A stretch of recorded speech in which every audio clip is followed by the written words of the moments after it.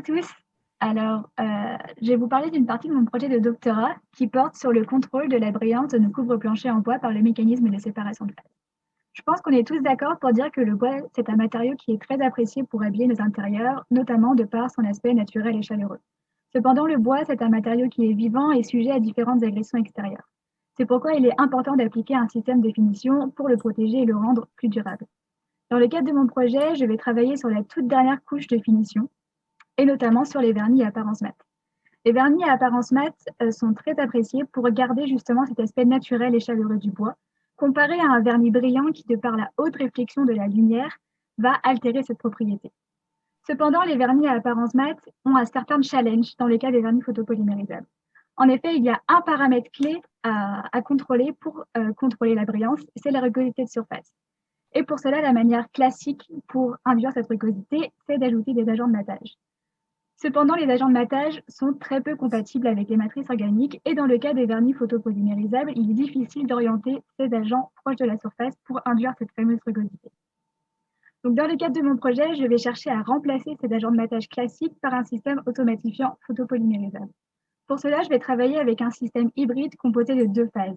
Une phase A composée d'un oligomère acrylate et d'un photoamorceur radicalaire et une phase E composée d'un monomère époxy et d'un photoamorceur cationique.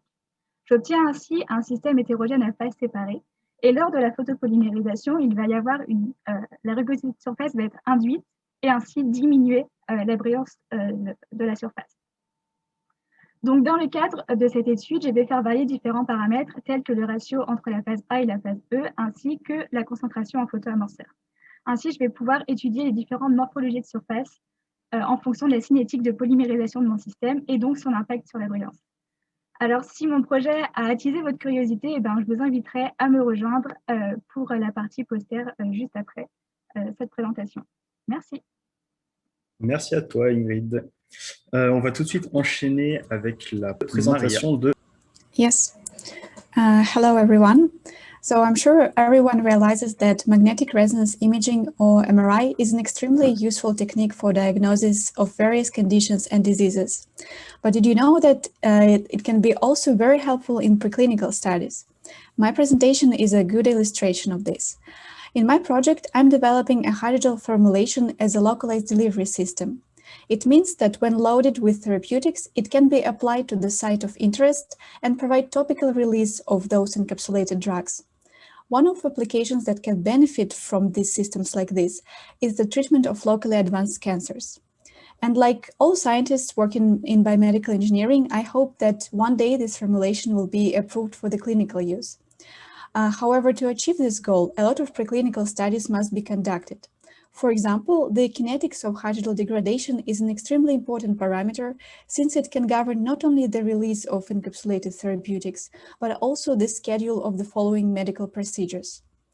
To study this characteristic in a small animal model, we decided to use MRI for two reasons. First of all, MRI is a non-invasive imaging technique, and with this protocol, the same mouse can be imaged several times at different time points. Secondly, MRI is a clinical imaging modality, and developed methodology could be useful for translational studies in the human in the future. Therefore, the main objective of this study was to investigate the degradation of the two-component hydrogel with or without encapsulated therapeutics after subcutaneous injection in mice by MRI. As a result, administrated hydrogels were clearly seen on the MRI scans, and this allowed us not only to monitor the gel degradation over the course of the study, but also obtain quantitative information about its degradation profile. And if you're interested to know more about the design of the experiments or their outcomes, I'll be happy to guide you through my project. Thank you. Thank you, Maria. On va passer à la prochaine présentation de Alex Destrieux. Oui, vous m'entendez? Parfait. Oui, alors bonjour à tous, merci d'être présents pour ma présentation qui porte sur le diagnostic spectroscopique d'un plasma pour la modification de surface de fluoropolymères. Alors ces matériaux, les fluoropolymères, sont des matériaux qui présentent de nombreuses propriétés très intéressantes pour diverses applications, mais aussi un inconvénient majeur qui est une mauvaise adhésion. Cette propriété peut être modifiée notamment en venant traiter la surface avec un plasma. Alors un plasma, c'est un gaz ionisé qui est un milieu énergétique et qui peut donc, à travers différents mécanismes, modifier la surface de notre matériau. Ce genre de procédé est déjà intégré à l'échelle industrielle, mais les mécanismes qui les régissent restent souvent mal compris, d'où la nécessité pour mieux les maîtriser, d'avoir une bonne compréhension en amont du plasma. Donc pour ce faire, dans mon projet, j'utilise une technique qui est appelée la spectroscopie d'émission optique et qui consiste simplement à collecter la lumière émise par le plasma, lumière qui est reliée aux espèces excitées présentes dans celui-ci. Donc les deux spectres représentés ici correspondent à un plasma, pour le premier, un plasma en azote et le second à un plasma en azote-oxygène. Donc les différents pics correspondent à des espèces excitées, donc on peut remonter à la composition du plasma et on note par exemple ici la présence de monoxyde d'azote, de diazote ou encore de cyanure qui varie en fonction de la composition du plasma. Alors ces spectres peuvent aussi nous donner des informations supplémentaires sur les réactions chimiques dans le plasma. Par exemple, on voit que les intensités de NO et N2 diminuent lorsqu'on ajoute de l'oxygène. Or, ces émissions sont reliées à l'énergie des électrons dans la décharge, donc une diminution des émissions peut être liée à une diminution de l'énergie des électrons. Par ailleurs, on voit aussi une disparition de l'émission du CN. Donc le CN, lui, peut être excité de deux manières différentes. La première est une collision avec du N2 excité vibrationnellement. Or, on voit ici que l'énergie du N2 vibrationnel augmente. Donc ce mécanisme est à exclure. L'autre mécanisme est l'association d'atomes d'azote et de carbone. Donc si on considère ce mécanisme, on peut par exemple s'attendre à ce qu'il y ait une diminution du carbone dans la décharge, ou encore la production d'autres espèces. Ces résultats montrent donc que les espèces qui émettent dans le plasma changent en fonction de la composition et on peut s'attendre à une modification de surface qui sera différente. L'objectif par la suite est de pouvoir relier ces propriétés avec la modification de surface afin de mieux optimiser ces procédés.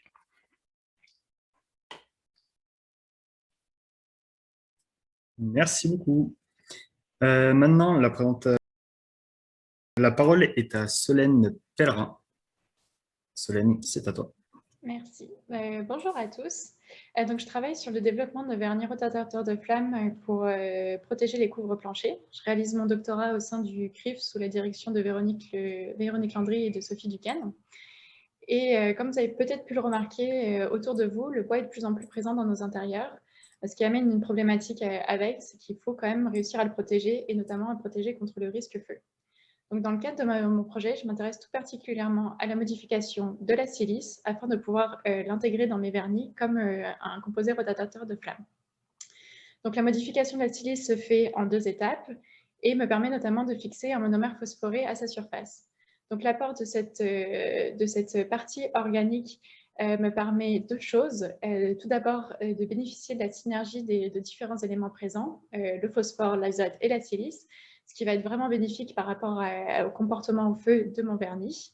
Et un autre intérêt, c'est également que cette partie organique me permet une meilleure homogénéisation de ma silice dans mon système, puisqu'elle va s'intégrer et faire vraiment corps avec la partie polymérique de mon système. Et ça m'évite tous les problèmes d'homogénéisation, comme je l'ai dit. Donc ça va aussi être bénéfique pour les problèmes de durabilité qui sont associés lorsque des charges inertes sont incorporées dans un vernis. Donc j'ai réalisé différents essais, que ce soit en ATG ou au cône calorimètre. Donc c'est la vidéo que vous pouvez voir sur la slide. Et ces différents essais ont montré l'intérêt de cette approche. Et si vous voulez en savoir plus sur les résultats, si vous êtes un petit peu curieux de savoir quel est l'intérêt des tests feu ou comment bien protéger son couvre-plancher, je vous inviterai à passer dans ma salle lors de la session des posters. Merci Solène. Pour la prochaine présentation, je vais arrêter juste l'enregistrement. I'm going to stop the recording. Ok, donc j'ai repris l'enregistrement. On va pouvoir maintenant passer à la présentation de Mona. Thank you. Hello, everyone. My name is Mona Hamidzad. I am a PhD student under supervision of Professor Mario Leclerc. My project is a strategy for achieving well-defined conjugated molecules and polymer via DHIP. Conjugated polymer are effective materials for a diverse range of application, including photovoltaic transistor and sensor. Over the last decade, an emerging synthetic tool called direct heteroylation polymerization, which enable facile direct ylation of alkyl halide with non-substituted RN has been studied extensively. The two primary defects have observed in the DHIP prepared polymers are homocoupling and beta branching. These defects have negative impacts on the performance of polymers in various device applications. Our understanding of defect and associated byproduct derive from a small molecule direct ylation. In a small molecule direct ylation, you can see homocoupling and beta branching defect. After the polymerization, you can also see the homocoupling and beta branching defect. We can remove defect in small molecules, but we cannot remove defect in polymers. So my objective is finding a catalytic system in order to decrease or to remove defect during DHIP. I am using a GC-mass instrument to determine the defect in my reaction. And I have used a small molecule model compound with different catalytic system. As a result, we found a catalytic system which decreased the amount of homocoupling from 16% to 3,400%. And also we remove beta branching by using a bulky acidic additive. Thank you for your attention. Jim, si tu es prêt. Thank you. Ok, merci Rex. Mon nom est Jim Lensolo, donc je suis sous la supervision de professeur Véronique Landry. Moi, mes travaux portent aujourd'hui sur la synthèse des nanolatex pénétrants pour le développement des peintures durables pour la protection du bois exposé aux intempéries. Donc, ce qu'il faut savoir, c'est que les peintures au latex sont très populaires à cause de leur faible émission en composés volatiles, mais ces derniers souffrent d'un manque de performance à l'extérieur lorsqu'ils sont exposés donc aux intempéries. D'où l'intérêt donc de nos travaux. Alors, si vous voulez découvrir comment nous synthétisons nos nanolatex et les résultats que nous obtenons, alors je vous invite donc à venir visiter mon exposition de posters tout à l'heure. Je vous dirai davantage sur mon sujet. Et je vous remercie. Merci beaucoup, Jim. La prochaine présentation sera celle de Vinicius. Bonjour tout le monde, est-ce que vous m'entendez bien? Ouais, très bien, merci. Bonjour à toutes et à tous, je m'appelle Vinicius et aujourd'hui je vais vous présenter une partie de mon projet de recherche. Il y a comme titre l'étude de faisabilité de l'utilisation des solvants euthétiques profonds pour la production d'un alliage résorbable à base de permanganèse. Cette étude est basée sur le processus de l'électrodéposition. L'électrodéposition, c'est une déposition des métaux à partir de l'application d'un courant sur un matériau conducteur dans un électrolyte.